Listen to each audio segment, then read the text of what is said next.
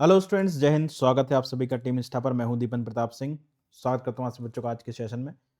तो आज की क्लास में हम लोग देखेंगे एक और टॉपिक जो आपके एफकेट के सिलेबस में ऐड हुआ है मैथ्स के अंदर। मेंसुरेशन अभी तक पूछा जाता था, लेकिन मेंसुरेशन का 2D वाला सेक्शन पूछा जाता था हमसे, यानी कि जहां पर एरिया एंड पेरीमीटर की बात होती थी ना। लेकिन अब उसने ऐड कर दिया है कि हम मेंसुरेशन भी आपसे पूछेंगे, यानी कि अब 3D एरिया एंड पेरीमीटर अलग से लिखा हुआ है। और इसके बाद एक और चीज़ ऐड हुई है, statistics and height and distance के बाद मेंसुरेशन 3D। ठीक है ना। यानी कि अब हमें सरफेस एरिया एंड वॉल्यूम भी देखना होगा। ठीक, क्या डिफरेंस है एरिया, पेरीमीटर, सरफेस एरिया और वॉल्यूम में? देखिए, मान लीजिए हमारे पास एक फील्ड है, खेत है, ठीक है ना। और इस खेत की लंबाई मान लेते हैं 10 मीटर्स है और चौड़ाई मान लेते हैं 8 मीटर्स है, ठीक है। और यहाँ पर भी ये 10 मीटर लंबा है और ये 8 मीटर चौड़ा है। अब मान लीजिए मुझे इसके चारों तरफ, मतलब इस खेत में मुझे फसल लगानी है, लेकिन फसल लगाने से पहले मुझे ये देखना है कि भाई इसमें कोई जानवर ना आए। तो मैं इसके चारों तरफ तार लगाना चाहता हूँ। तो जो तार लगेगा वो क्या होगा, है ना, कितना लंबा तार लगेगा?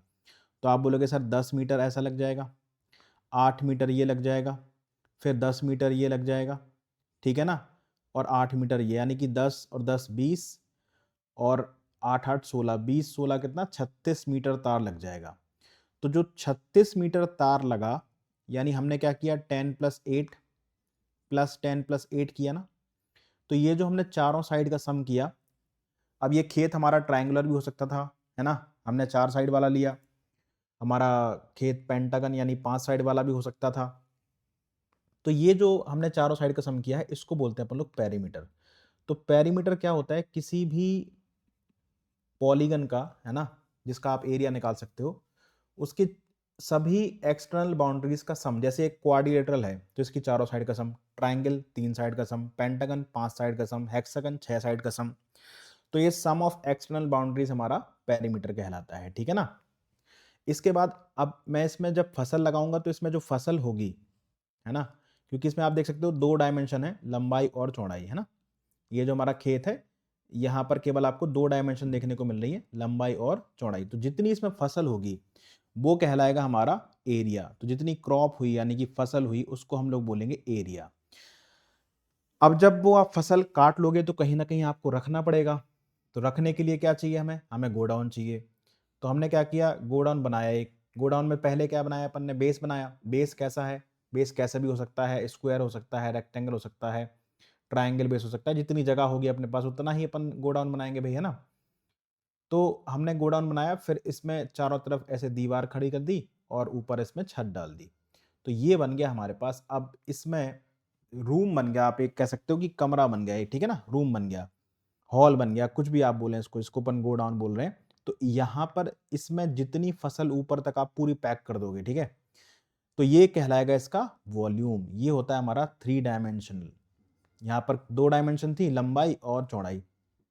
लेकिन अब यहाँ पर क्या हुआ कि लेंथ और ब्रेड्थ के साथ एक डायमेंशन और आ गया, हाइट। तो जैसे ही तीसरा डायमेंशन आ गया, इसलिए अपन इसको बोलते हैं 3D यानी 3 डायमेंशनल। तो जो 3 डायमेंशन होती है ना, है ना, 3 डायमेंशनल फिगर हमारे जितने भी, जैसे आप किसी ना किसी रूम में बैठे होंगे, तो रूम में क्या होगा, आपका फर्श होगा जहां पर आपकी चेयर वगैरह डली होगी। ऐसा तो है नहीं कि आप छत पे ऊपर लटके होगे। तो फर्श होगा, फर्श पे चारों तरफ दीवारें खड़ी होंगी, इसके बाद छत होगी, ठीक है ना। तो हमारे पास लंबाई भी है, उसमें चौड़ाई भी है और ऊंचाई भी है। तो ये 3D कहलाएगा, ठीक है ना। जैसे आपका ग्लास होता है, ग्लास में आप पानी पीते हैं, तो पानी कितना आ रहा है इसमें, वो उसका वॉल्यूम कहलाता है, ठीक है। कमरे की चारों वॉल का एरिया, एरिया ऑफ 4 वॉल, है ना, और इसका कर्व सरफेस एरिया, यानी कि जितने भी इसमें फेसेस हैं उनका सम। तो वॉल्यूम क्या हो गया भाई, वॉल्यूम क्या हो गया, इस रूम के अंदर कितनी एयर है वो वॉल्यूम हो गया, ठीक है। इसके बाद हमारे पास आता है सरफेस एरिया या curve surface area. Curve surface area क्या हो गया भाई, इसके चारों तरफ, चारों फेस का जो एरिया है, यानी कि जो आपकी कमरे की चारों दीवार हैं उनका एरिया, कर्व सरफेस एरिया कहलाता है। इसके बाद होता है टोटल सरफेस एरिया। अगर कमरे की चारों दीवारों में अपन छत और फर्श का भी, फ्लोर का भी एरिया काउंट कर लें, ऐड कर लें, तो वो कहलाएगा हमारे पास टोटल सरफेस एरिया, ठीक है ना। तो ये डिफरेंस है 2D और 3D मेंसुरेशन में। तो अभी तक एरिया एंड पेरीमीटर पूछता था और इस बार भी एरिया एंड पेरीमीटर लिखा है, लेकिन इस बार एलिमेंट्री मेंसुरेशन भी लिख दिया, यानी कि हमसे सरफेस एरिया एंड वॉल्यूम भी पूछा जाएगा। ठीक है, तो surface and area and volume भी हमारे पास कुछ रेगुलर फिगर हैं जिनके हमें देखने हैं बस।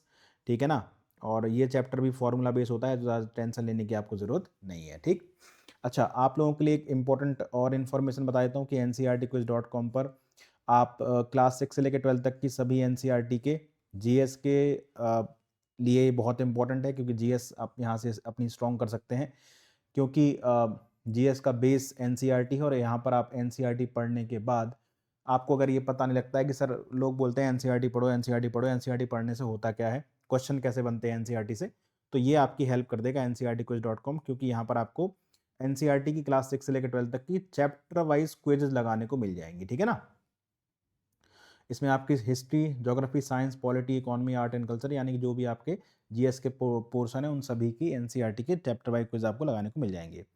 इसके बाद आपको, अगर आप CDS, CAPF, FCAT एग्जाम्स की प्रिपरेशन करते हैं तो इनके मॉक टेस्ट भी यहाँ पर आप लगा पाएंगे। ठीक है ना, तो सबसे पहले हम लोग बात कर लेते हैं कि हमें जो मेंसुरेशन पढ़ना है उसमें पढ़ना क्या क्या है। ठीक है ना, यानी सरफेस एरिया, आपने बता दिया कि sir surface area and volume आपको पढ़ना है।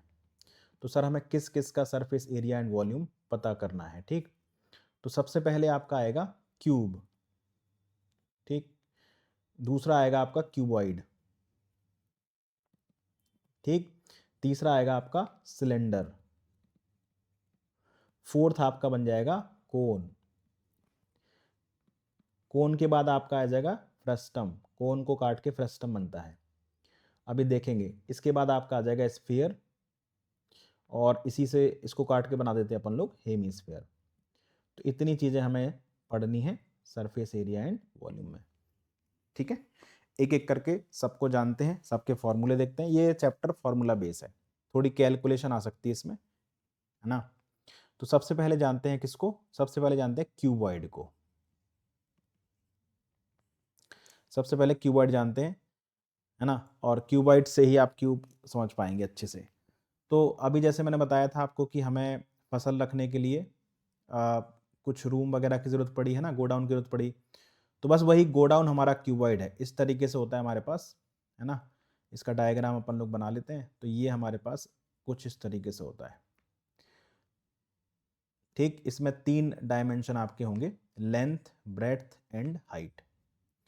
तो ये L हो गया, ये B हो गया और ये H हो गया। ठीक है ना, तो सबसे पहले इसका जो कर्व सरफेस एरिया होता है ना, इसका कर्व सरफेस एरिया क्या होगा, इसकी चारों, अगर आप देखोगे ध्यान से तो इसमें सबसे पहले अगर अपन बात करें कर्व सरफेस एरिया से पहले भी अपन कुछ बातें कर सकते हैं कि इसमें कितने वर्टेक्स होते हैं ना। अगर अपन कीवर्ड की बात करें तो आप बोलोगे सर वर्टेक्स क्या होता है। वर्टेक्स जहां पर कोई भी 2 या 3 एजेस यहां पर आके मिल रही हैं। 2D में साइड्स होती हैं, 3D में एजेस होती हैं। ठीक है ना, जैसे अपन बोलते हैं कि length and breadth of a rectangle, वैसे यहां पर बोलेंगे एजेस ऑफ क्यूबॉइड, है ना, length, breadth and height of a cuboid. तो आप देखोगे वर्टेक्स कितने हैं भाई, 1 2 3 4, 4 ऊपर 4 नीचे। तो इसमें वर्टेक्स कितने होते हैं, तो आप बोलोगे सर वर्टेक्स होते हैं 8। ठीक है, इसके बाद एजेस कितनी होती हैं। ठीक, एजेस कितनी है भाई, तो आप बोलोगे सर 1 2 3 4 5 6 7 8 9 10 11 12। एजेस हमारे पास 12 हैं। एजेस मतलब साइड्स आप बोल सकते हो, जैसे एक एज ये होगी, 2, ठीक, 3, इसके बाद 4, तो 4 ऊपर 4 नीचे, और ये साइड वाली, है ना, तो 12 एजेस हो गई। इसके बाद हमारे पास क्या होता है, इसमें कुछ फेसेस होते हैं, फेस। ठीक है, फेसेस यानी कि आप देखोगे कि जो बेस है हमारा वो एक रेक्टेंगल है ना, और ये जो छत है वो भी एक रेक्टेंगल है, तो ये फेस कहलाता है। और ये जो चारों दीवारें हैं, ये सामने वाली दीवार हो गई, ये पीछे वाली दीवार हो गई, ये साइड वाली हो गई, ये इधर वाली हो गई। तो 4 दीवारें हो गई, 2, एक छत और एक फर्श हो गया, यानी कितने फेस होते हैं, 6 फेस होते हैं। और सारे के सारे क्या बनते हैं यहाँ पर, सारे के सारे रेक्टेंगल बनते हैं। ठीक है ना, तो ये हमारे पास कहानी होती है। तो यहाँ पर एक फॉर्मूला से आप याद रख सकते हो कि vertex plus faces minus edges is equal to 2 होता है, ठीक है ना। ये एक फॉर्मूला है जिससे आप याद रख सकते हैं कि कितने वर्टेक्स हैं, कितने फेस हैं, कितने एजेस हैं। Vertex plus faces minus edges is equal to 2। Vertex कितने हैं भाई 8, फेस कितने हैं 6, 8 6 14, माइनस एजेस कितनी है 12, 14 माइनस 12 यानी कितना आ गया 2 आ गया, ठीक है ना। तो ये चीज़ आपको ध्यान रखनी है। अब सबसे पहली बात आती है इसके कर्व सरफेस एरिया की, जिसको हम लोग एरिया ऑफ 4 वॉल बोलते हैं, है ना। चारों दीवारों का क्षेत्रफल बोला जाता है। तो अब उस चारों दीवारों में क्या आएगा भाई, चारों दीवारों में आ जाएगा आपका, देखो छत और फर्श को आप छोड़ दीजिए, यानी कि एक तो ये वाला रेक्टेंगल आएगा जिसकी लेंथ b है, हाइट h है, और जैसा इधर है वैसा ही इधर भी है, यानी 2bh हो गया, ठीक है। और एक हमारे पास ये वाला l और ये h है ना, ये सामने वाली दीवार है, पीछे वाली दीवार, यानी कि 2 टाइम्स ये भी आ जाएगा, 2 टाइम्स LH। दोनों में से अगर अपन 2h कॉमन ले लें तो अंदर बन जाएगा 2 into L plus B into H. तो ये होता है हमारे पास एरिया ऑफ 4 वॉल, जिसको अपन कर्व सरफेस एरिया बोलते हैं, किसका, क्यूबॉइड का, ठीक है। दूसरा जो फॉर्मूला आएगा वो आएगा टोटल सरफेस एरिया। अब टोटल सरफेस एरिया में क्या होता है भाई, टोटल सरफेस एरिया में कर्व सरफेस एरिया तो होता ही होता है, plus area of base plus top भी आ जाएगा यहाँ पे, यानी कि जो फर्श और छत हमने छोड़ दी थी उसका एरिया भी आ जाएगा, यानी कि 2 times BH plus 2 times LH तो आएगा, और 2 टाइम्स LB भी आ जाएगा। तो दो अपन कॉमन ले लेंगे, अंदर क्या बचेगा LB plus BH plus HL। तो ये हमारे पास क्या हो गया, इसका टोटल सरफेस एरिया का फॉर्मूला, ठीक है। तीसरा, इसका जो वॉल्यूम होता है वो क्या होता है, किसी भी 3D फिगर का वॉल्यूम होता है area of base into height, है ना, area of base into height. तो यहाँ पर आप बेस देखोगे तो बेस तो रेक्टेंगल है ना, तो उसका एरिया क्या होता है L इंटू बी, और हाइट कितनी है H है, तो LBH हमारे पास क्या बन गया, वॉल्यूम बन गया, ठीक है ना। तो इसका वॉल्यूम का फॉर्मूला हो गया L into B into H, यानी length into breadth into height. Number 4, इसका अगर डायगोनल पूछा जाए, ठीक है, डायगोनल क्या होता है भाई, डायगोनल अगर मैं कह देता हूं किसी रूम के अंदर, किसी कमरे के अंदर आपको बड़ी से बड़ी लेंथ की एक रॉड रखनी है, तो उसकी लेंथ क्या होनी चाहिए, है ना। तो आप बोलोगे सर ये जो फर्श है हमारा, इसके कोने से और छत के कोने तक अगर आप ऐसे रख देंगे तो ये हमारे पास जो लेंथ है वो सबसे ज़्यादा हो जाएगी। तो इसी को बोलते हैं अपन लोग डायगोनल। तो डायगोनल डायरेक्ट नहीं पूछता है, आपसे ये भी पूछ सकता है कि length of largest rod that can be placed inside a room, ठीक है। तो आप समझ जाना कि अगर ये पूछ रहा है यानी कि हमसे इसका डायगोनल पूछ रहा है।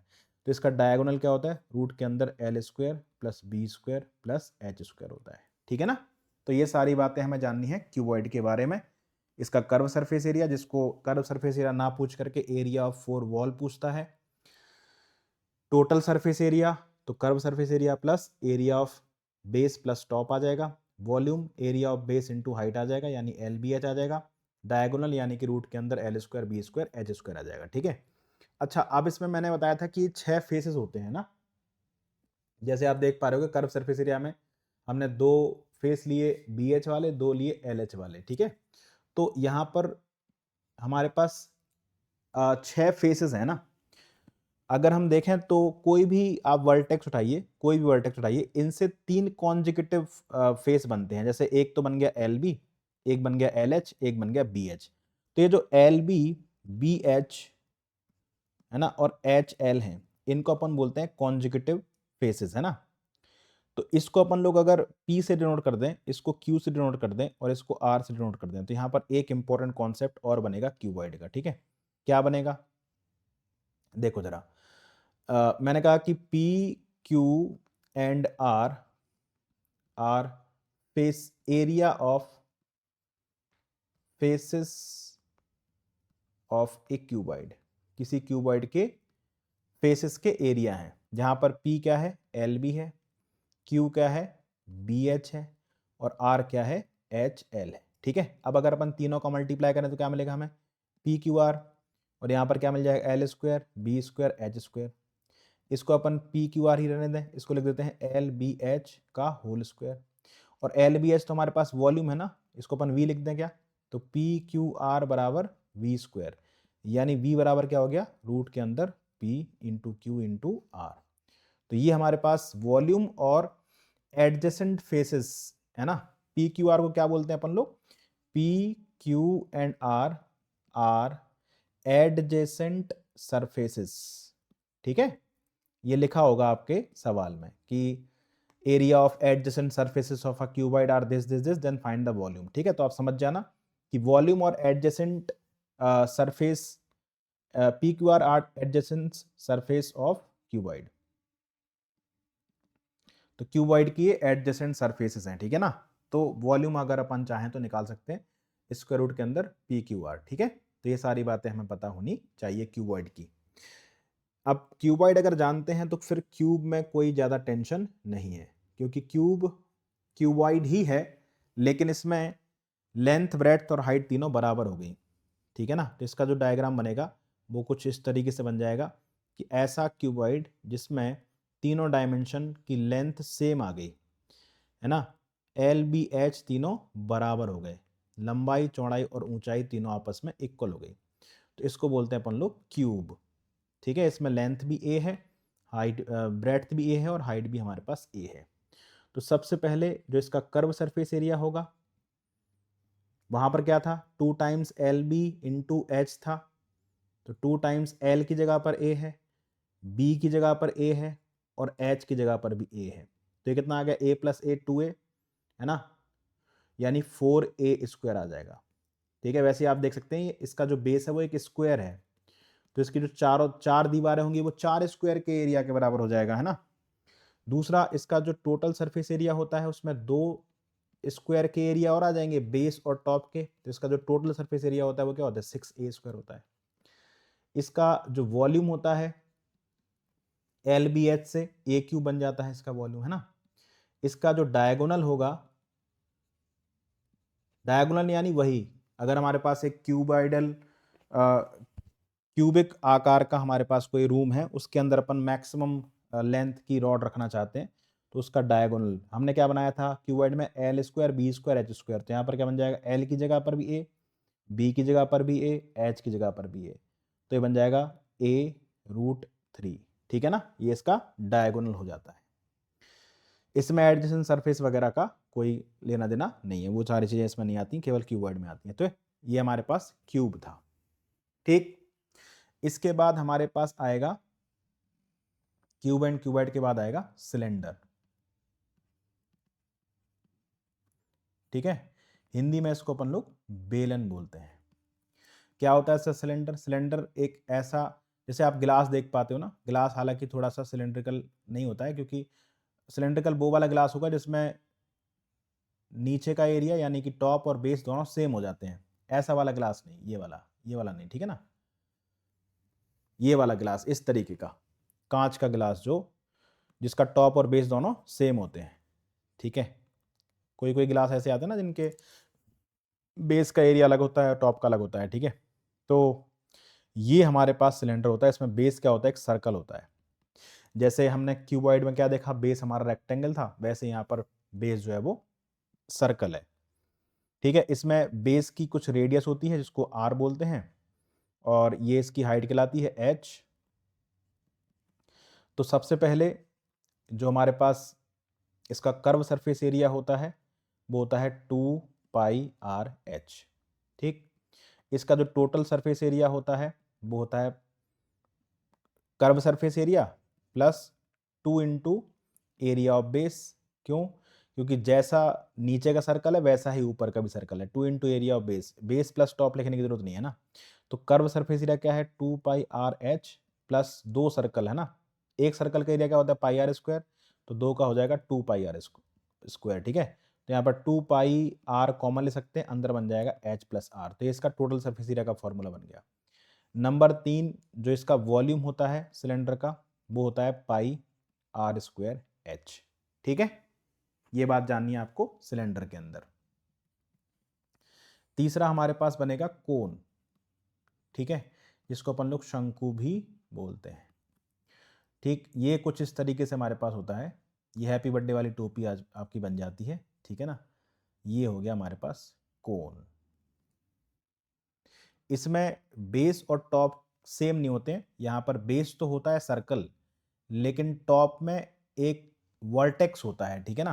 तो ये सर्कल की रेडियस r हो गई, ये कहलाती है इसकी वर्टिकल हाइट h।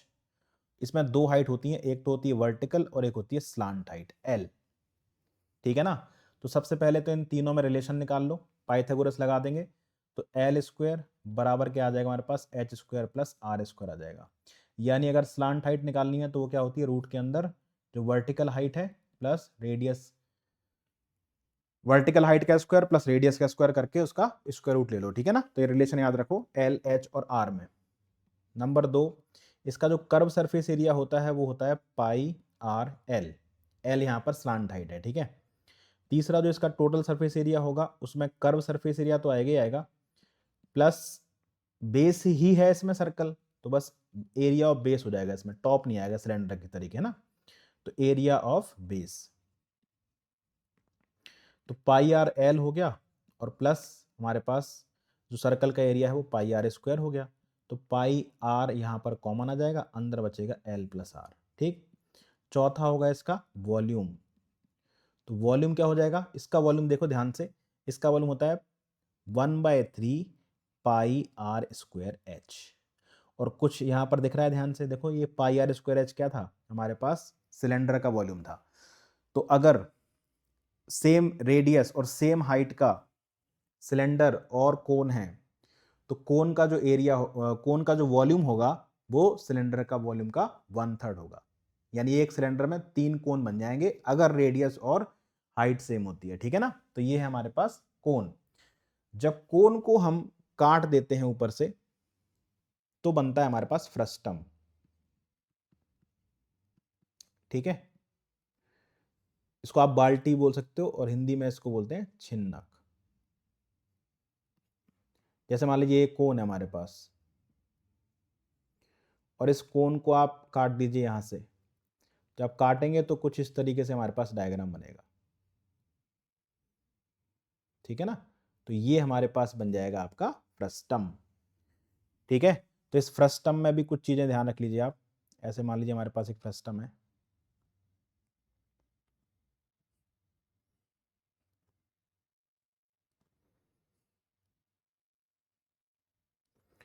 ठीक है। तो क्योंकि इसमें बेस और टॉप अलग अलग है इसलिए रेडियस अलग अलग होती हैं। ये मान लीजिए स्मॉल आर है और ये कैपिटल आर है,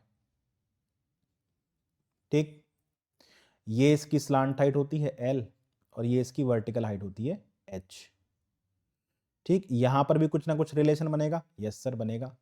अगर मैं यहां से एक परपेंडिकुलर ड्रॉ करता हूं इस तरीके से, ठीक है, तो ये टोटल कैपिटल आर है, ये स्मॉल आर है, ये वाला स्मॉल आर है, तो ये भी स्मॉल आर हो जाएगा क्योंकि ये भी 90 था, ठीक है। यहाँ से यहाँ तक स्मॉल आर है, तो ये जो छोटू वाला पार्ट है यहाँ से लेके यहाँ तक ये हो जाएगा कैपिटल आर माइनस आर, ये एच है। तो एक छोटा सा राइट एंगल ट्राइंगल आपको दिख रहा होगा, मैं यहाँ पे बना देता हूँ आपके लिए, कि ये तो एल है, ये 90 है, ये आर माइनस आर है और ये एच है। तो इसमें क्या हो जाएगा कि L square is equal to R minus R का whole square plus H square. यानी जो स्लांट हाइट होगी, सबसे पहला जो फॉर्मूला बना वो क्या बना, रूट के अंदर H square plus R minus R का होल स्क्वायर। तो स्लांट हाइट निकालने का फॉर्मूला यहाँ पर बन गया किसमें, फ्रस्टम में। फ्रस्टम बना किससे है सर, कोन से, ठीक है। दूसरा इसका जो कर्व सरफेस एरिया होता है वो होता है pi R plus R into L. Cone का क्या होता है पाई आर एल, लेकिन यहाँ पर होगा pi R plus R into L, ठीक है। नंबर 3, इसका जो टोटल सरफेस एरिया होगा उसमें कर्व सरफेस एरिया तो आएगा ही आएगा, pi R plus R into L तो आएगा ही आएगा। एरिया ऑफ बेस भी आएगा प्लस एरिया ऑफ टॉप भी आएगा। तो बेस का area pi capital R square था, टॉप का पाई स्मॉल आर स्क्वायर था, ठीक है ना।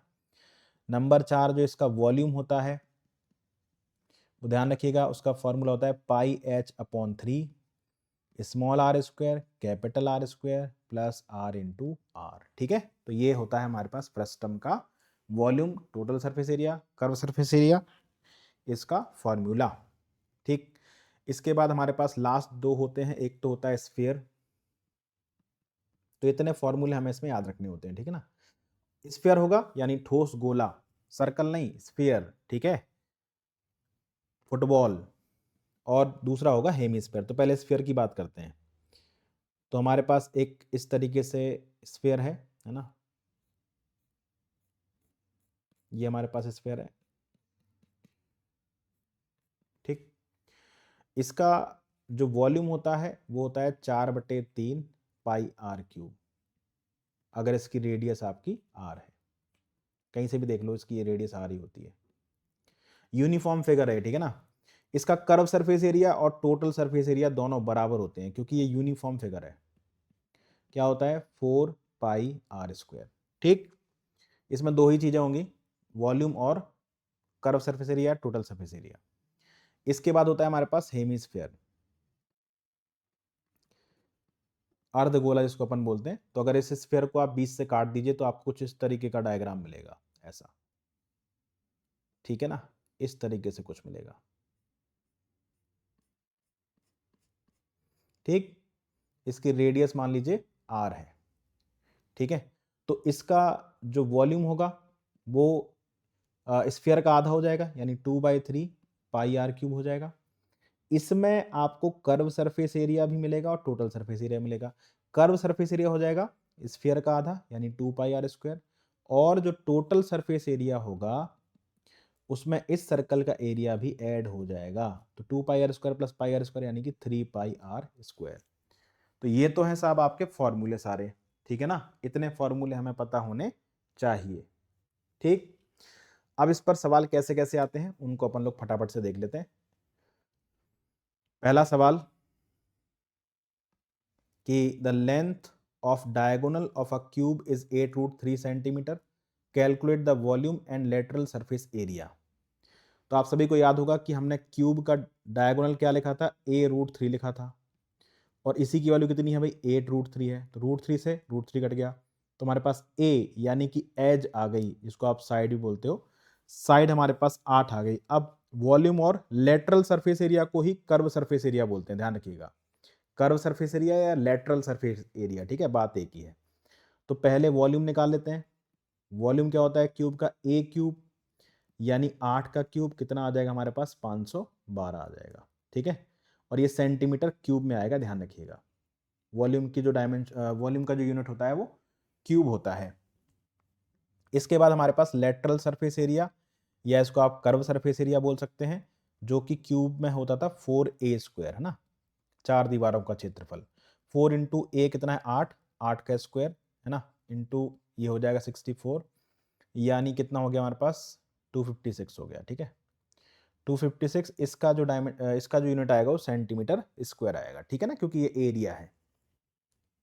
ठीक, समझ में आ गई बात। Next, the length, breadth and height of a cuboidal room is 10, 12 and 15. What is the area of 4 walls and the length of longest rod that can be placed in the room? इस तरीके से सवाल आएगा, direct diagonal नहीं पूछेगा, ठीक है ना। तो सबसे पहले हमारे पास L कितना है भाई, 10 है, B कितना है हमारे पास, 12 है, और H कितना है हमारे क्यूबाइडल रूम का, 15 है। तो सबसे पहली चीज क्या पूछी गई है, सबसे पहले पूछी गई है एरिया ऑफ 4 वॉल, यानी कर्व सरफेस एरिया पूछा गया है, जो कि होता है 2 into L plus B into H.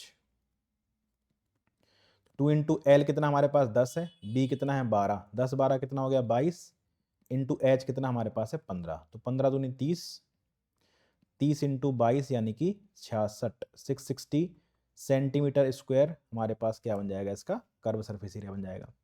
और दूसरा क्या पूछा है हमसे, लेंथ ऑफ लॉन्गेस्ट रॉड यानी डायगोनल, क्या सीखा था हमने इसका, डायगोनल क्यूबॉइड का, रूट के अंदर L square B square H square, ठीक है। तो एल यानी कि 10, 10 का स्क्वायर 100 हो गया, बी यानी कि 12, 12 का स्क्वायर 144, सी एच यानी कि 15, 15 का स्क्वायर 225, ठीक है। इन सबको जोड़ लीजिए, ये हो जाएगा हमारे पास कितना, ये 300, 400, और ये कितना हो गया हमारे पास, रूट के अंदर 200 300 400 400 ही हो गया, 5 4 9 और 4 2 6, रूट के अंदर 469 सेंटीमीटर हमारा क्या हो गया, इसका डायगोनल हो गया। ठीक है ना। तो ये सारी बातें आपको ध्यान रखनी है। उसने पूछा तो लॉन्गेस्ट रॉड था, लेकिन हम जानते हैं लॉन्गेस्ट रॉड जो होगी वो इस क्यूबॉइड का डायगोनल ही होगी। 10 का स्क्वायर 100, 12 का 144, 15 का 225, 200 300 400 400 ये हो गया, 44 और 20 64 और 5 कितना 69, 469। किसी का स्क्वायर रूट होता है? नहीं होता है। ठीक है ना। तो ये आंसर आ जाएगा। Next, if the radius and height of cylinder is 7 and 10 centimetre, what is the volume and total surface area of cylinder. ठीक है ना। तो हमारे पास एक सिलेंडर की रेडियस दे रखी है भाई 7 और हाइट दे रखी है 10। हमसे पहली चीज पूछ रहा है वॉल्यूम। वॉल्यूम क्या होता है भाई सिलेंडर का? पाई आर स्क्वायर एच। ठीक है, पाई कितना हो गया 22/7, आर कितना है भाई हमारे पास 7 × 7, एच कितना है 10, 7 7 कट गया, 22 × 7 कितना हो गया 154, 154 × 10 हो गया 1540। ठीक, दूसरा हमसे क्या पूछ रहा है इसका total surface area. Total surface area क्या होता है? 2πr h + r। तो 2 × पाई यानी कि 22/7, r यानी कि 7 और h + r यानी कि 17 हो गया। ठीक है ना। 7 7 कट गया, ये कितना हो गया 17 दूनी 34 और 22 यानी कि होता है 2 × 11, 34 दूनी 68 हो गया। और किसी भी नंबर को 11 से मल्टीप्लाई करना बहुत आसान होता है। 8 को एज इट इज लिख दो, 8 और 6 कितना हो गया 14 हो गया। ठीक है ना। और यहाँ पर अगर 14 का 4 है तो कैरी 1 हो गई, 6 और 1 कितना हो गया 7 हो गया। तो 748 हमारे पास क्या बन गया इसका टोटल सरफेस एरिया। ठीक है ना। नेक्स्ट, कि diameter of a cylindrical tank is इतना metre and depth is 12 metre, how many metric ton of water does it hold, 1 cubic metre of water weighs 1000 kg। ठीक है ना। तो क्या है देखो, डायमीटर आपको दिया है, यानी कि डायमीटर क्या होता है, ये अगर हमारे पास सिलेंडर है मान लीजिए, तो डायमीटर आप जानते हो सर्कल से, है ना। डायमीटर यानी कि यहां से लेकर यहां तक वाला, ये है 24.5 यहां से यहां तक। ठीक, डेप्थ क्या होती है? डेप्थ या हाइट एक ही बात है।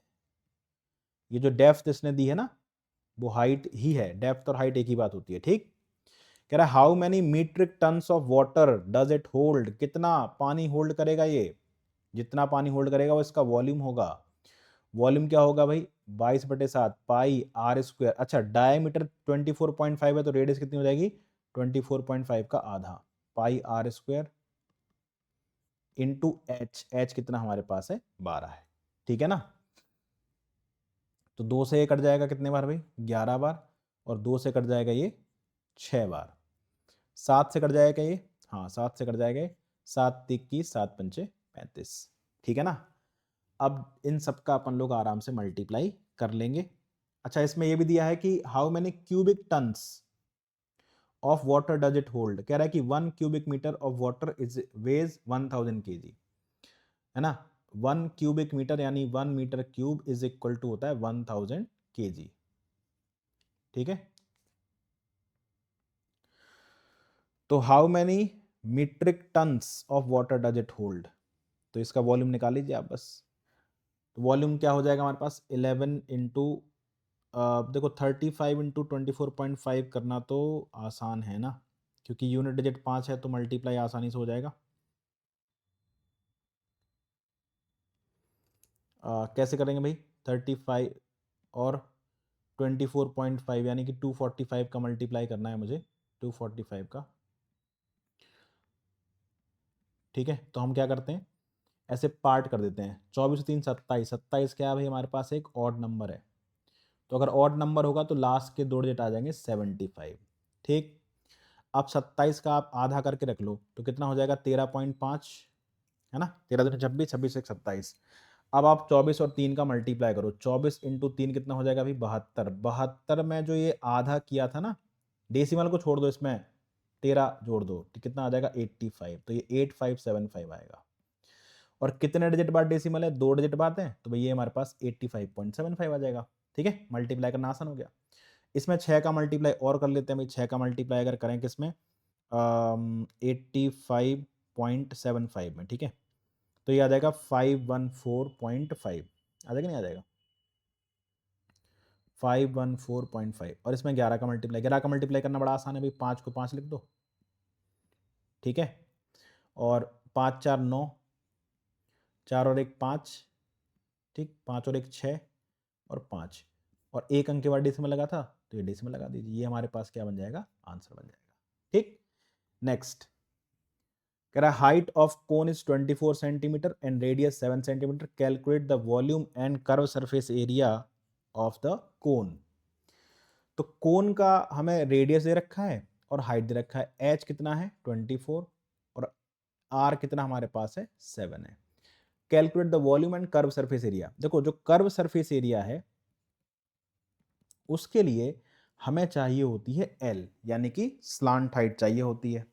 यहां पर जो हाइट दी है वो वर्टिकल हाइट दे रखी है, तो हम सभी जानते हैं कि L square is equal to होता है H square plus R square. तो सबसे पहले मुझे स्लांट हाइट निकालनी पड़ेगी, तो L square is equal to क्या आ जाएगा, 24 का स्क्वायर कितना होता है भाई, 24 का स्क्वायर प्लस 7 स्क्वायर। हम सभी जानते हैं 7 24 और 25 का ट्रिपलेट होता है, यानी अगर अपन 7 का स्क्वायर करें 24 का स्क्वायर करें वो तो 25 के स्क्वायर के बराबर होता है, यानी एल हमारे पास कितना आ जाएगा 25 आ जाएगा, ठीक है ना। आप चाहें तो स्क्वायर करके ऐड करके भी देख सकते हैं। तो ये हो जाएगा पाई यानी 22/7, आर यानी कि 7, एल यानी कि 25। तो ये हो गया हमारे पास 25 दूनी 50, 50 और 5 55 यानी 550 सेंटीमीटर स्क्वायर, ठीक है ना। ये कर्व सरफेस है। दूसरा इसका वॉल्यूम निकाल लेते हैं भाई। वॉल्यूम में स्लांट हाइट की जरूरत नहीं थी क्योंकि होता है 1/3 पाई आर स्क्वायर एच। तो 1/3 पाई कितना हमारे पास 22/7, आर कितना है भाई 7 × 7 है और एच कितना है 24 है। तो 7 से 7 गया, 3 से चला जाएगा ये 8 बार, ठीक है, और ये 8 × 7 कितना हो गया 56, 22 × 56 कर लीजिए भाई, कितना आ जाएगा 6 दूनी 12, कैरी 1, 6 दूनी 12 और 10, 12 10 22 और 1 23, 5 दूनी 10, 10 और 2 12। तो 1232 इसका हमारे पास क्या बन जाएगा, वॉल्यूम बन जाएगा, ठीक है, सेंटीमीटर क्यूब। 22 × 56, तो ये आपका हो गया। देखो कर्व सरफेस एरिया किसके पूछ रहा था हमसे, कोन का पूछ रहा था, तो हमने कर्व सरफेस एरिया निकाल दिया और क्या निकाल दिया हमने, वॉल्यूम निकाल दिया, ठीक है ना। नेक्स्ट कह रहा है 3 identical cylindrical vessel is full of milk having height h, radius r. How many conical vessel having same height and radius will be needed to store milk of cylindrical vessel? कभी भी ऐसा सवाल आ जाए कि एक 3D फिगर दिया है और कह रहा है कि इसका वॉल्यूम किसी दूसरे 3D फिगर के वॉल्यूम के बराबर है ना, कितने सिलेंडर लगेंगे, कितने कोन लगेंगे, कितने स्फीयर लगेंगे, तो ध्यान रखिएगा इसमें हमेशा क्या करना होता है, वॉल्यूम इक्वल करना होता है। जैसे इस सवाल में पूछ रहा है कि 3 हमारे पास सिलेंड्रिकल वेसल हैं, उन जो पूरे दूध से भरे हुए हैं, तो हमें कितने कोनिकल वेसल लगेंगे, तो बस आप क्या करिएगा है ना, दोनों का वॉल्यूम बराबर कर दीजिएगा। सिलेंडर का वॉल्यूम क्या होता है पाई आर स्क्वायर एच, और आपके पास कितने सिलेंडर हैं 3, तो 3 का वॉल्यूम ये हो गया। और ये कह रहा है कि हाउ मेनी कोनिकल वेसल, तो मान लेते हैं भाई एन कोनिकल वेसल लगेंगे हमारे पास, और एक कोन का वॉल्यूम क्या होता है 1/3 पाई आर स्क्वायर एच।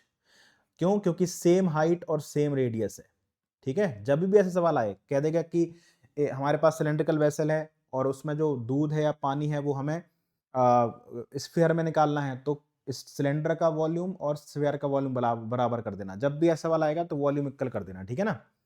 तो ये हमारे पास पाई आर स्क्वायर से पाई आर स्क्वायर कट जाएगा और ये 3 3 से मल्टीप्लाई करके आंसर कितना आ जाएगा, हमें कितने कोण लगेंगे भाई 3 × 3 यानी कि 9 कोण लगेंगे, 9 कोण लगेंगे, ठीक है। इस सवाल का उत्तर 9 आ जाएगा।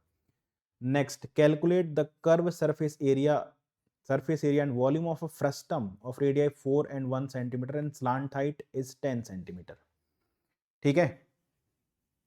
तो ये जो रेडियस है फ्रस्टम की, ऑब्वियस सी बात है एक होगी टॉप रेडियस और एक होगी बॉटम रेडियस, है ना। छोटी वाली टॉप की हो जाएगी और बड़ी वाली बॉटम की हो जाएगी, आप जिस तरीके से आप डायग्राम बना रहे हैं, ठीक है ना।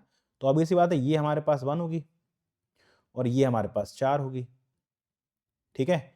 इसकी स्लांट हाइट आपको दे रखी है उसने, इस बार स्लांट हाइट बोल दिया तो अपन मान लेंगे कि भाई ये 10 है।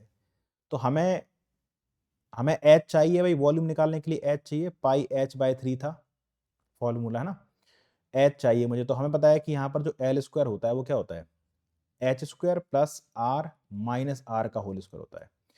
तो l कितना भाई 10, 10 का स्क्वायर, h हमें निकालना है, r माइनस r यानी कि 4 में से 1 गया 3, 3 का स्क्वायर हो जाएगा। तो h स्क्वायर हमारे पास आ जाएगा 10 का स्क्वायर माइनस 3 का स्क्वायर, ए स्क्वायर माइनस बी स्क्वायर का फॉर्मूला लगा देंगे। तो एक बार इन्हें जोड़ दो, एक बार इन्हें घटा दो, ठीक है। और एच स्क्वायर की ही वैल्यू ऐसी लिखी रहने दो, एच मत निकालो। एच स्क्वायर कितना हो गया, 1391, 91 हो गया, ठीक है ना। हमें क्या चाहिए, वॉल्यूम। वॉल्यूम क्या होता है भाई फर्स्ट टर्म का, वॉल्यूम होता है pi h/3 r square plus r square plus r into R, ठीक है। तो h कितना आ जाएगा भाई, h आ जाएगा रूट के अंदर 91/3, क्योंकि h स्क्वायर हमारे पास 91 आया था। r स्क्वायर कितना है भाई, स्मॉल r कितना है 1, 1 का स्क्वायर 1 हो गया, कैपिटल R कितना है 4, 4 का स्क्वायर 16 हो गया, r इंटू आर कितना आ गया 4 आ गया, 16 4 20 और 21, तो ये आ गया रूट के अंदर 91/3 इंटू 21, 3 से कट गया 7 बार, तो ये 7√91 हमारा क्या बन गया, वॉल्यूम बन गया। और क्या पूछ रहा था हमसे, surface area, curve surface area and surface area. तो कर्व सरफेस एरिया हमारे पास क्या होता है इसका, पाई r plus r into L. तो पाई कितना है भाई 22/7, r प्लस r कितना है हमारे पास 4 + 1 5, और l हमारे पास कितना है, l है 10, ठीक है। तो 22 पंचे 110, 1100 बटे में कितना 7, ये हमारे पास क्या बन गया, कर्व सरफेस एरिया। और टोटल सरफेस एरिया में क्या होगा, कर्व सरफेस एरिया तो आएगा ही आएगा, 1100 बटे 7 तो आएगा ही आएगा, ठीक है, plus area of base and top, है ना, यानी कि पाई r स्क्वायर यानी 16 प्लस पाई r स्क्वायर यानी कि 1। इनमें से भी अपन 22/7 कॉमन ले लेंगे, तो ये भी बन जाएगा कितना, 16 + 1 17 बन जाएगा, ठीक है ना। तो ये कुछ कहानी बन रही है हमारे पास, इसको पूरा पूरा सॉल्व कर लो, एलसीएम 7 हो जाएगा, यहाँ पर 1100 आ जाएगा, 17 दूनी 34 और 34 3, 17 दूनी 34 और 3 37, ठीक है। तो ये बन जाएगा 1474/7, ये आ जाएगा, ठीक है ना। कैलकुलेशन आप चेक कर लेना, ये हमारे पास क्या बन गया इसका टोटल सरफेस एरिया, ठीक। Next, a hemisphere and a sphere is drawn of radius 14 centimeter. Find volume, curve surface area and difference between total surface area of hemisphere and sphere. कह रहा है कि इस एक हेमिस्फीयर और स्फीयर दोनों की रेडियस 14 सेंटीमीटर है। तो वॉल्यूम, कर्व सरफेस एरिया और डिफरेंस बताना है किसका, total surface area of hemisphere and sphere, ठीक है। तो अगर अपन स्फीयर की बात करते हैं, ठीक है, तो उसका वॉल्यूम क्या होता है भाई 4/3 पाई यानी कि 22/7, r³ यानी कि 14 × 14 × 14, ठीक है। तो 7 से कट जाएगा 2 बार, बाकी कुछ कटेगा नहीं कटेगा, इन सबको अपन मल्टीप्लाई कर लेंगे तो ये वॉल्यूम आ जाएगा, ठीक है। कुछ खतरनाक सी वैल्यू आएगी, 22 चौक 88 हो जाएगा, ये 196 होता है, 88 दूनी कितना आ जाएगा, 8 दूनी 16 17, 176 आ जाएगा, 176 × 196 करो जरा कितना होता है हमारे पास, है ना। ये हो जाएगा हमारे पास 34496 अपॉन कितना 3, ऐसा कुछ हमारे पास आ जाएगा इसका वॉल्यूम, किसका, स्फीयर का, ठीक है। अच्छा, इसका जो टोटल सरफेस एरिया होगा या कर्व सरफेस एरिया, वो दोनों सेम होंगे, वो क्या होंगे 4 × पाई, 4 पाई r स्क्वायर, r कितना है भाई 14 × 14 है, ठीक है। तो 22 चौको 88 और 14 दूनी 28, तो 88 28 कितना हो गया भाई हमारे पास, देखो इनका यूनिट डिजिट सेम है और टेंस डिजिट का सम कितना हमारे पास है 10 है, ठीक है। तो कभी भी ऐसे नंबर आपको दिख जाएं जिनके यूनिट डिजिट सेम हो और टेंस डिजिट का सम कितना हो हमारे पास 10 हो, ठीक है, तो अपन इनका मल्टीप्लाई बहुत जल्दी कर सकते हैं। कैसे कर सकते हैं भाई, 8 × 8 कितना हो गया 64 हो गया, फिर क्या करो, पहले 8 और 8 का मल्टीप्लाई कर लिया 64, इन दोनों का मल्टीप्लाई करो, 2 इंटू 8 कितना हो गया 16, 16 में कोई भी 8 जोड़ दो ये वाला, तो 16 और 8 कितना हो जाएगा 24, यानी 24 64 आ जाएगा। ठीक है, टोटल सरफेस एरिया आ गया है किसका, स्फीयर का। अब बात करते हैं हेमिस्फीयर की। ठीक है, तो हेमिस्फीयर में वॉल्यूम तो आप निकालो ही मत, क्यों, क्योंकि जो वॉल्यूम होगा वो इसका आधा होता है। ठीक है, तो ये हो जाएगा 1/2 इंटू इतना, ये आपने सॉल्व करके जो रखा है 34496/3। ठीक है, 2 से काट देंगे तो 2 से कट जाएगा 1 बार, 7 बार, 2 4 8, तो ये बन जाएगा 17248/3। ठीक है, इतना आ जाएगा इसका वॉल्यूम। वॉल्यूम निकालने की जरूरत नहीं है क्योंकि 2/3 2/3 पाई आर क्यूब होता है ना, स्फीयर का आधा हो गया ना इसका वॉल्यूम, तो जरूरत ही नहीं है अपन को, बस फॉर्मूला याद रखना है, तो 2/3 पाई आर क्यूब होता है। ठीक, यहाँ पर 4/3 पाई आर क्यूब होता है। ठीक है, इसका क्या पूछ रहा था, what is the difference between total surface area and total surface area of hemisphere and sphere, है ना। तो इसका जो टोटल सरफेस एरिया होता है वो होता है 3 πr², 3 into pi into R square, 14 into 14, 4 दूनी 14, 22 इंटू 3 66, 14 दूनी 28। ठीक है, अब 66 इंटू 28 करने से अच्छा है अपन 28 इंटू 6 कर लें पहले, तो ये कितना हो जाएगा 20 का गुणा करो पहले 6 से 120, है ना, और 8 इंटू 6 कितना हो गया 48, तो ये हो गया 168। और अब इसमें 11 का मल्टीप्लाई कर दो, किसमें 168 में, क्योंकि अपन ने 66 को 6 इंटू 11 लिख दिया ना, तो पहले 28 में 6 का मल्टीप्लाई कर लिया जो आसान था, फिर 11 का मल्टीप्लाई करा, 11 का मल्टीप्लाई आसान होता है भाई, यहाँ पर 8 आ गया, 8 6 14 आ गया, 14 6 और 1 7, 7 और 1 8 आ गया, 8 और 1 आ गया। ठीक है ना, तो अब हमें इनका डिफरेंस चाहिए था भाई इनका, तो 24 64 माइनस 1848, ये हालांकि निकालने की जरूरत नहीं है क्योंकि इसका जो टोटल सरफेस एरिया होता है वो 4 πr² होता है और इसका होता है टोटल सरफेस एरिया 3 πr²। तो दोनों का जो डिफरेंस आएगा वो अपन ऐसे निकाल लो, 4 πr² माइनस 3 πr² यानी πr² हो जाएगा। ठीक है, तो पाई यानी कि 22/7, r² यानी कि 14 इंटू 14, हालांकि यहाँ पर भी कैलकुलेशन ही आएगी, ये हो जाएगा हमारे पास 22 इंटू 28। ठीक है, 28 दूनी 56, 22 को लिख देंगे 2 इंटू 11, तो 28 में 2 का मल्टीप्लाई कर लो 56, 56 में 11 का मल्टीप्लाई कर लो, तो 6 6 5 11, 5 और 1 6, 616 इनका डिफरेंस हो गया। ठीक है ना, आप यहाँ से निकालोगे तो भी 616 ही आएगा। ठीक है, तो ये हमारे पास बन गया सवाल। नेक्स्ट करते हैं, अब जो सवाल आपके पेपर में आएंगे, अभी तो अपन ने फॉर्मूले ही रिवाइज किए हैं कि भाई फॉर्मूले जो लिखे थे उनको ही एक बार अपन लोग याद कर लेते हैं क्या क्या फॉर्मूले थे। अब जो पेपर में सवाल आएंगे वो इस तरीके से आएंगे। ठीक है ना, कह रहा है कि इफ द सरफेस, या तो सवाल डायरेक्ट आपके फॉर्मूला बेस आएंगे जो अभी अपन ने किए हैं, या फिर थोड़ा सा आपको ट्रिक किया जाएगा। ठीक है, if the surface area of 2 spheres are in the ratio 4:9 then the ratio of their volumes. ठीक, देखो अब ध्यान से समझिएगा, तो जो स्फीयर होता है उसका वॉल्यूम क्या होता है 4/3 पाई आर क्यूब। अब ये जो 4/3 पाई है ना, ये कांस्टेंट है। ठीक है, रेशियो परसेंटेज में इससे कोई फर्क नहीं पड़ता है, चाहे 2 हो चाहे 3 हो चाहे 4 स्फीयर हो, 4/3 पाई सब में आएगा, है ना, बस उनकी रेडियस अलग अलग होगी। तो 4/3 पाई तो सब में कट जाएगा, कट जाएगा, इसी को अपन बोलते हैं कांस्टेंट। तो वॉल्यूम डायरेक्टली प्रोपोर्शनल होता है रेडियस के क्यूब के। इसका उल्टा भी ध्यान रखना है कि जो रेडियस होगी वो डायरेक्टली प्रोपोर्शनल होगी क्यूब रूट और वॉल्यूम के, पहली बात। दूसरा, जो इसका सरफेस एरिया होता है, क्योंकि स्फीयर है तो इस सरफेस एरिया या कर्व सरफेस एरिया बोल लीजिए, दोनों बातें एक ही होती हैं, वो होता है 4 πr²। तो यहाँ पर 4 और पाई कांस्टेंट है भाई, इनकी वैल्यू तो चेंज होगी नहीं। सरफेस एरिया तो केवल रेडियस पे डिपेंड करेगा, यानी surface area directly proportional to r²। तो radius directly proportional to square root of surface area. हालांकि ऐसा नहीं है कि अपन को अगर ये नहीं आता होगा तो अपन सॉल्व नहीं कर पाएंगे, लेकिन अगर ये पता होगा तो जल्दी सॉल्व कर लेंगे। क्यों? क्योंकि यहाँ पर हमें सरफेस एरिया का रेशियो दिया है 2 स्फीयर का, कितना 4:9, और हमसे उनके वॉल्यूम का रेशियो पूछा है।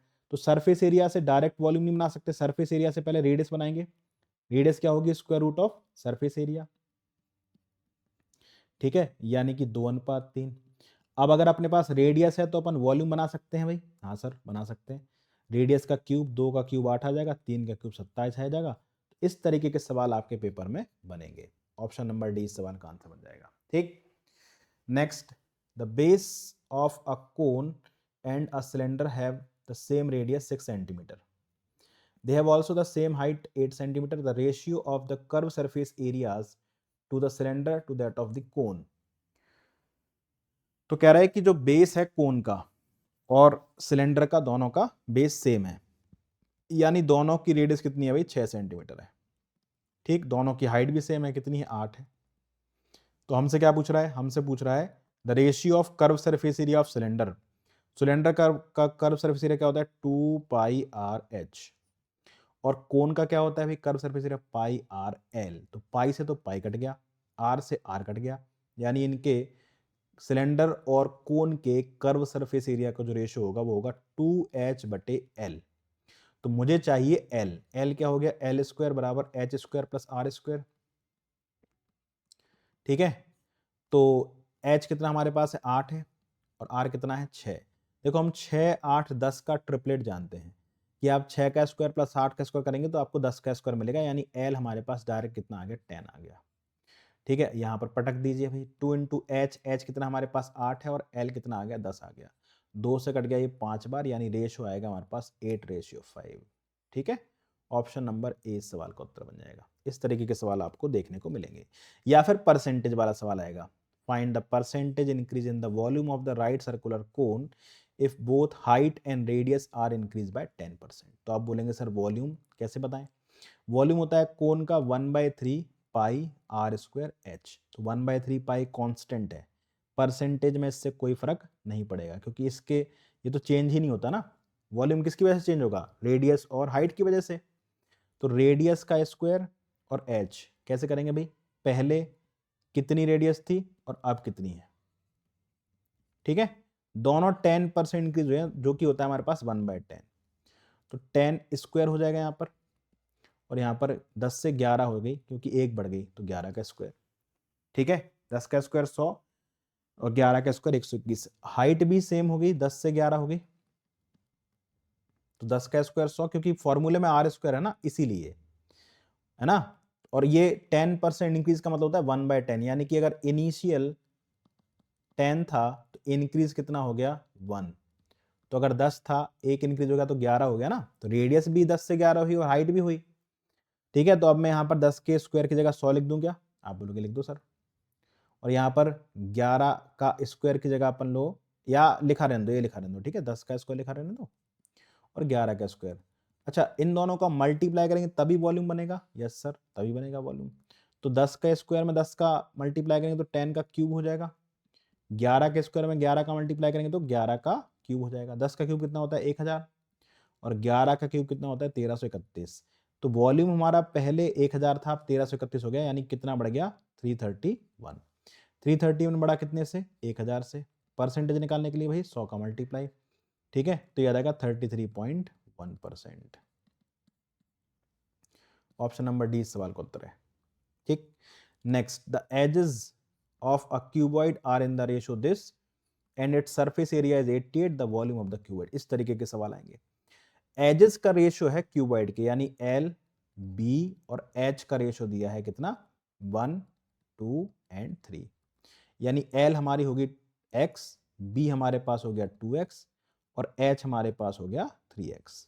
ठीक है, तो इसका सरफेस एरिया क्या होता है, 2LB यानी कि 2x स्क्वायर, BH यानी कि 6x स्क्वायर, HL यानी कि 3x स्क्वायर। ये कितना हमारे पास है, 88 है।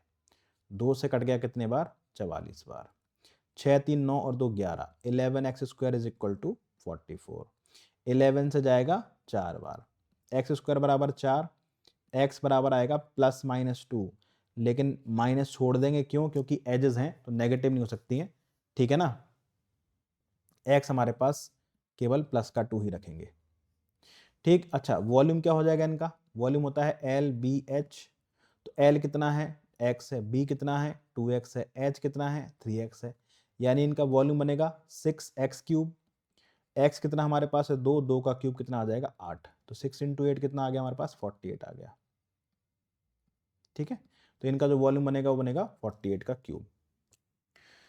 Next, the volume of a cube is 729 centimetre cube, then find its total surface area. तो क्यूब का जो वॉल्यूम था वो क्या था, ए क्यूब, साइड का क्यूब, तो ए कितना आ जाएगा हमारे पास, 9 आ जाएगा, ठीक है ना। तो टोटल सरफेस एरिया क्या होता है भाई, टोटल सरफेस एरिया होता है 6a², तो 6 इंटू 81 है ना, 9 का स्क्वायर 81 हो गया, तो हो गया 6 6 8 48, 486 हमारे पास हो जाएगा आंसर इसका, ठीक है। तो इस तरीके के सवाल आपको मेंसुरेशन में देखने को मिलेंगे, ठीक है। बहुत भारी भरकम सवाल आपको देखने को नहीं मिलेगा, फॉर्मूला बेस होता है, इसको अच्छे तरीके से फॉर्मूला करके जाइए और हर एक के कम से कम 8 8 10 10 15 15 सवाल कर लीजिए, आपका मेंसुरेशन 3D आराम से हो जाएगा, ठीक है ना। उम्मीद है ये चैप्टर भी आपको समझ में आया होगा, है ना। तो हमने लास्ट 5 ईयर्स के क्वेश्चंस की प्रैक्टिस की, साथ ही साथ जो टॉपिक आपके नए ऐड हुए हैं उनको भी हमने आपके लिए अपलोड कर दिया हुआ है। तो अब आप आपकी जिम्मेदारी बनती है कि आप इनको शेयर कीजिए उन सभी बच्चों तक जो एफकेट के लिए प्रिपेयर कर रहे हैं, ठीक है ना। मिलते हैं नेक्स्ट सेशन में, till then take care, bye bye and जय हिंद।